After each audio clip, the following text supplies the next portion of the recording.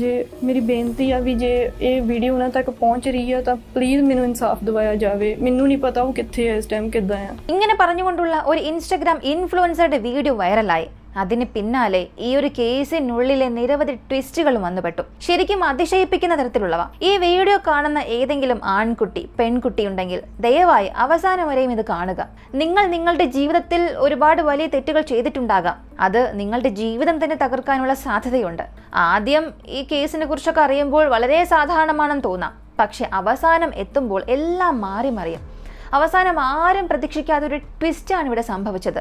ഇത് social media കാലഘട്ടത്തിലെ ഒരു കേസാണ്. അതിൻ്റെ സത്യാവസ്ഥയും വളരെ ഭീകരവും അപകടകരവുമാണ്.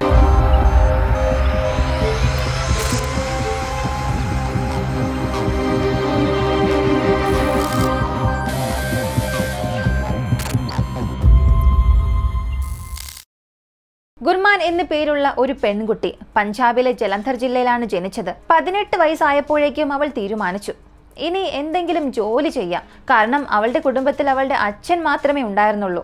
അമ്മ വളരെ നേരത്തെ തന്നെ അവരെ വിട്ടുപോയി. ആ സമയം അവൾ ആഗ്രഹിച്ചത് ഞാൻ അച്ഛൻ എപ്പോഴും തുണയാകണം, അച്ഛനൊപ്പം വയലുകളിൽ പോയി ജോലി ചെയ്യണം. അങ്ങനെ തന്നെ അവൾ ചെയ്തു. വയലുകളിൽ ട്രാക്ടർ ഓടിച്ചു, അച്ഛനൊപ്പം ഇരുന്ന് കൃഷി ചെയ്തു. ഒരു ദിവസം അവൾ ഇത് ചെയ്യുന്ന വീഡിയോ ഷൂട്ട് ചെയ്ത് ഇൻസ്റ്റഗ്രാമിൽ അപ്ലോഡ് ചെയ്തു. അപ്ലോഡ് ചെയ്ത ഉടൻ തന്നെ വൈറലായി. കാരണം ഭൂരിഭാഗം പെൺകുട്ടികളും മേക്കപ്പ് ചെയ്യുക, പഠിക്കുക, അവരുടേതായ ജോലികൾ ചെയ്യുക, അല്ലെങ്കിൽ അവർക്ക് ഇഷ്ടമുള്ള എന്തെങ്കിലുമൊക്കെ ചെയ്യും. പക്ഷേ ഇവിടെ ഒരു പെൺകുട്ടി ആദ്യമായി ആൺകുട്ടിയെ പോലെ വയലിൽ ഇറങ്ങി അച്ഛനോടൊപ്പം ട്രാക്ടർ ഓടിച്ചു. ഈ വീഡിയോ എല്ലാം വലിയ തോതിൽ വൈറലായി. ആളുകൾക്കിടയിൽ നിന്നും വലിയൊരു വരവേൽപ്പും ലഭിച്ചു. 10-15 മില്യൺ വരെയും വ്യൂസും വന്നിരുന്നു. അവളെ ഇന്റർവ്യൂ എടുക്കാൻ ഒരുപാട് പേരെത്തി. അന്ന് മുതൽ ട്രാക്ടർ ഓടിക്കുന്ന ആ പെൺകുട്ടിയെ ഉപ്പൽ ഫാം ഗേൾ എന്ന പേരിലായിരുന്നു ആളുകൾ തിരിച്ചറിയാൻ തുടങ്ങിയത്. വൈറലായതിന് പിന്നാലെ ഒരിക്കൽ സോഷ്യൽ മീഡിയയിൽ തന്നെ അവൾ ഒരു ട്രാക്ടർ കണ്ടു, ഫുൾ ക്യാബിൻ AC ഉള്ളത്. അവൾ അച്ഛനോട് പറഞ്ഞു നമുക്കും ഇത് വാങ്ങണം എന്ന്. അവൾ ഷോറൂമിലേക്ക് പോയി. അവിടെ നിന്ന് ആ ട്രാക്ടർ വാങ്ങി. പക്ഷേ ഇവിടെയാണ് വലിയൊരു തെറ്റും സംഭവിച്ചത്. ആ ഷോറൂമിൽ തന്നെ പ്രഭ് എന്ന പേരുള്ള ഒരാളുണ്ടായിരുന്നു. ഈ പ്രഭ് യഥാർത്ഥത്തിൽ കാനഡയിൽ ജനിച്ച ഒരാളായിരുന്നു. അവന്റെ അച്ഛൻ മുൻപ് ഇവിടെ ബിസിനസ് ചെയ്തിരുന്നു. ഇപ്പോൾ കാനഡയിലെ എല്ലാ കാര്യങ്ങളും ഉപേക്ഷിച്ച് അവൻ ഇന്ത്യയിലേക്ക് ഷിഫ്റ്റ് ചെയ്തു. ഇന്ത്യയിൽ തന്നെ അവരുടെ ബിസിനസ്സുകളും കൃഷികളും നടത്താൻ തുടങ്ങി.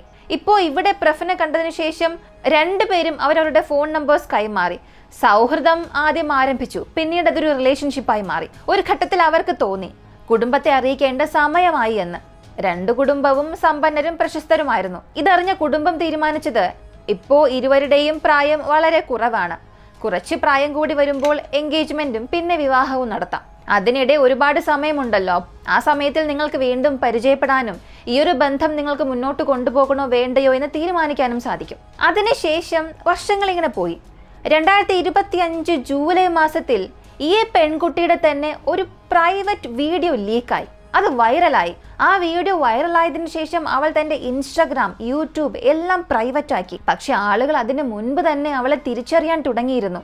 അവളുടെ വീഡിയോ അത്രയേറെ സോഷ്യൽ മീഡിയയിൽ പടരുന്നുണ്ടായിരുന്നു. അതേ തുടർന്ന് കുടുംബത്തിന് വല്ലാത്തൊരു മാനനഷ്ടമുണ്ടായി, വല്ലാത്ത മാനസിക സംഘർഷമുണ്ടായി. എന്ത് ചെയ്യണമെന്നറിയാത്ത അവസ്ഥയായി. അതുപോലെ തന്നെയാണ് ആ പെൺകുട്ടിയും വല്ലാത്തൊരു ഡിപ്രഷനിലേക്ക് തന്നെ പോയി. ഇതിന് ശേഷം ഈ പെൺകുട്ടി ഒരു ഇന്റർവ്യൂ നൽകി. അതിൽ അവൾ ചില കാര്യങ്ങൾ പറഞ്ഞു. അവൾ പറഞ്ഞത് ഞാനൊരു ആൺകുട്ടിയെ കണ്ടുമുട്ടി. ഞാൻ അയാളുടെ വീട്ടിലും അയാൾ എൻ്റെ വീട്ടിലും വരാറുണ്ടായിരുന്നു. ബന്ധം വളരെ ശക്തമായിരുന്നു. അല്പം മാസങ്ങൾക്കുള്ളിൽ എൻഗേജ്മെന്റും നടക്കാനിരിക്കുകയായിരുന്നു. ആ സമയം ആൺകുട്ടി ഈ പെൺകുട്ടിയോട് ഒരു ഫിസിക്കൽ റിലേഷൻഷിപ്പിന് തയ്യാറാണോ എന്ന് ചോദിച്ചു. പക്ഷേ അവളത് നിരസിച്ചു. അതുകൊണ്ട് കൂടിക്കാഴ്ചകൾ കുറയും എന്ന് കരുതിയപ്പോൾ വീണ്ടും അവർ തമ്മിൽ കണ്ടുമുട്ടി. ഒരു ദിവസം ആൺകുട്ടിയും അവന്റെ സുഹൃത്ത് ഇന്ദ്രയും കാറെടുത്ത് ഈ പെൺകുട്ടിയെ കാണാനായി വന്നു. എല്ലാവരും ഒരുമിച്ച് ലഞ്ച് കഴിച്ചു. ലഞ്ചിനിടയിൽ ഈ പെൺകുട്ടി ഒരു കോക്ക് കുടിച്ചു. ആ കോക്കിൽ കൊക്കൈൻ മരുന്ന് കലർത്തിയിരുന്നതിനാൽ കുടിച്ചതിന് ശേഷം അവൾ ബോധരഹിതയായി. പെൺകുട്ടിയുടെ മൊഴി പ്രകാരം ബോധരഹിതയായതിനു ശേഷമാണ് തനിക്കിതെല്ലാം സംഭവിച്ചത്.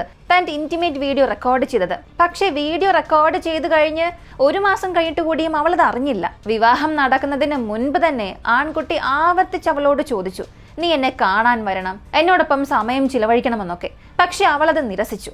1 വർഷം 1.5 വർഷത്തിനുള്ളിൽ നമ്മുടെ വിവാഹം നടക്കും, അതിനുശേഷം ഇതൊക്കെ തന്നെയല്ലേ സംഭവിക്കുക എന്ന്. പക്ഷേ അവൾക്കറിയില്ലായിരുന്നു ഇതിനകം തന്നെ അവളുടെ ജീവിതം തകർന്നു എന്ന്. ഈ സമയത്ത് അവളുടെ ഫോണിലേക്ക് അവനൊരു വീഡിയോ അയച്ചു. അത് അവളുടെ തന്നെ വീഡിയോ ആയിരുന്നു. അവൾ വസ്ത്രമൊന്നും ധരിക്കാത്ത വീഡിയോ. ഇത് കണ്ടപ്പോൾ തന്നെ അവൾ ഞെട്ടിത്തരിച്ചുപോയി. എനിക്കിതെങ്ങനെ സംഭവിച്ചുവെന്ന് അവൾ തന്നെ സ്വയം ചോദിക്കാൻ തുടങ്ങി. ഇനി പെൺകുട്ടി അവനുമായുള്ള കൂടിക്കാഴ്ച നിഷേധിച്ചാൽ അവളുടെ വീഡിയോ കാണിച്ച് അവൻ ഭീഷണിപ്പെടുത്തും. അവൻ വിളിച്ചാൽ ഇനി പോയേ മതിയാകൂ. ഇപ്പൊ എന്ത് ചെയ്യണമെന്നറിയാത്ത പെൺകുട്ടി ഉടൻ തന്നെ കാര്യങ്ങളെല്ലാം കുടുംബത്തോട് പറഞ്ഞു. കുടുംബം തന്നെ ഞെട്ടിപ്പോയി. ഇനിയും കുറച്ച് മാസങ്ങൾക്കുള്ളിൽ വിവാഹം കഴിക്കാൻ പോകുന്ന ആ ആൺകുട്ടിയാണോ ഇങ്ങനെയെല്ലാം ചെയ്തത്? ആ കുടുംബത്തിന് അത് വിശ്വസിക്കാനേ സാധിച്ചില്ല. ശേഷം ആ ഇന്റർവ്യൂവിൽ ആ പെൺകുട്ടി ചില ഫൂട്ടേജസും പുറത്തുവിട്ടു.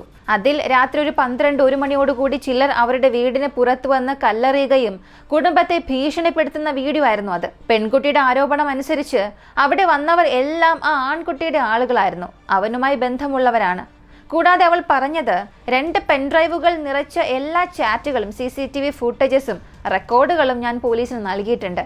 പക്ഷെ ഇന്നും പോലീസ് എനിക്കൊപ്പം നിൽക്കുന്നില്ല. പ്രഭവന്റെ കുടുംബം വളരെ സമ്പന്നമാണ്, രാഷ്ട്രീയമായി അവർക്ക് ചില പിന്തുണയുണ്ട്, അതുകൊണ്ട് എല്ലാവരും അവരെ അനുകൂലിക്കുന്നു, എനിക്കാരും സപ്പോർട്ട് ചെയ്യുന്നില്ല എന്നാണ് ആ പെൺകുട്ടി പറയുന്ന അവളുടെ വശം. ഇവിടെ വരെയും കേട്ടാൽ കേസ് വളരെ സാധാരണമാണ് എന്ന് തോന്നും.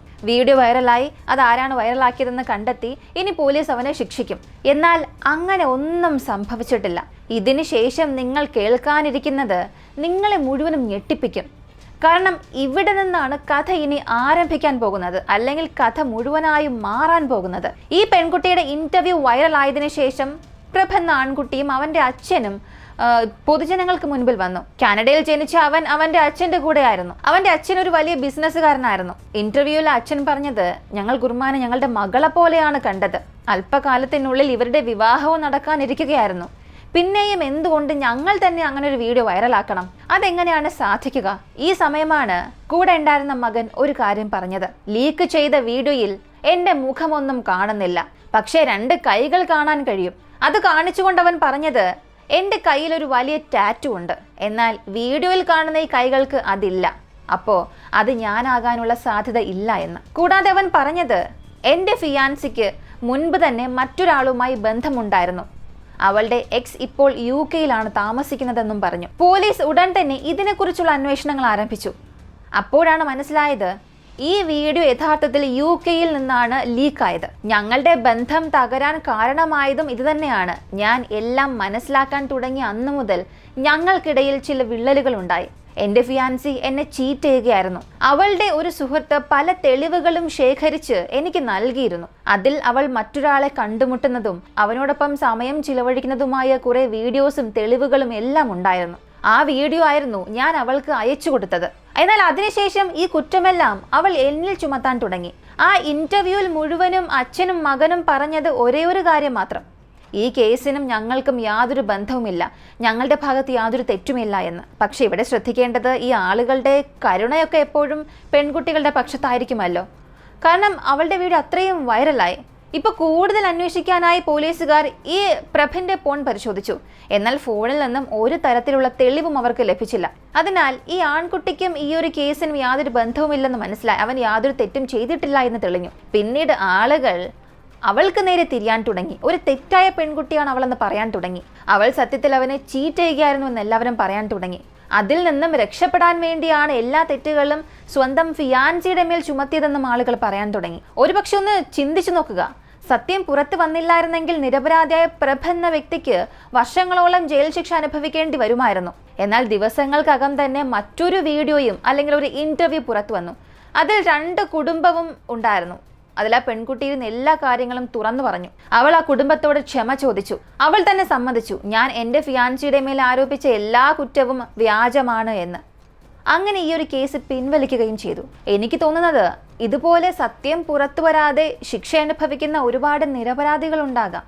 അറിഞ്ഞോ അറിയാതെയോ ഒരു തെറ്റ് മറ്റൊരാളിൽ ചുമത്തുന്നത് തീർച്ചയായും തെറ്റ് തന്നെയാണ്. ഇവിടെ ശ്രദ്ധിക്കേണ്ടത്, ഈ സോഷ്യൽ മീഡിയയുടെ ഉപയോഗം വളരെ വർദ്ധിച്ചുകൊണ്ടുവരുന്ന ഈ ഒരു കാലഘട്ടത്തിൽ നമ്മുടെ പേഴ്സണലായിട്ടുള്ള എന്തെങ്കിലും ഒരു കാര്യങ്ങൾ, അത് എന്തുമായിക്കൊള്ളട്ടെ, അത് മറ്റൊരാൾക്ക് ഷെയർ ചെയ്യുമ്പോൾ അതിൻ്റെ അനന്തരഫലങ്ങളെക്കുറിച്ച് നമ്മൾ ചിന്തിക്കേണ്ടത് അത്യാവശ്യമാണ്. അല്ലെങ്കിൽ നമ്മുടേതായൊരു പേഴ്സണൽ ടൈം, നമ്മൾ മറ്റൊരാളുമായി പങ്കിടുന്ന നമ്മുടെ സമയം നമുക്കുള്ളിൽ മാത്രം നിൽക്കേണ്ടതാണ്. അത് ഫോട്ടോ എടുക്കുക, വീഡിയോ എടുക്കുക, അത് സൂക്ഷിച്ചു വയ്ക്കുക. ഇതൊക്കെ ഏത് കാലത്തായാലും തിരിച്ച് നമ്മുടെ അടുത്തേക്ക് തന്നെ വരും, വലിയൊരു ആപത്തിൻ്റെ രൂപത്തിൽ. ഈ ഒരു വീഡിയോയെക്കുറിച്ചുള്ള നിങ്ങളുടെ അഭിപ്രായം കമൻറ്റിൽ പറയുക. ഇങ്ങനെയുള്ള വളരെ വ്യത്യസ്തമായ വീഡിയോസിനെ കുറിച്ച് അറിയാനായി നമ്മുടെ ചാനൽ സബ്സ്ക്രൈബ് ചെയ്യുക. മറ്റൊരു വീഡിയോയുമായി വീണ്ടും കാണാം.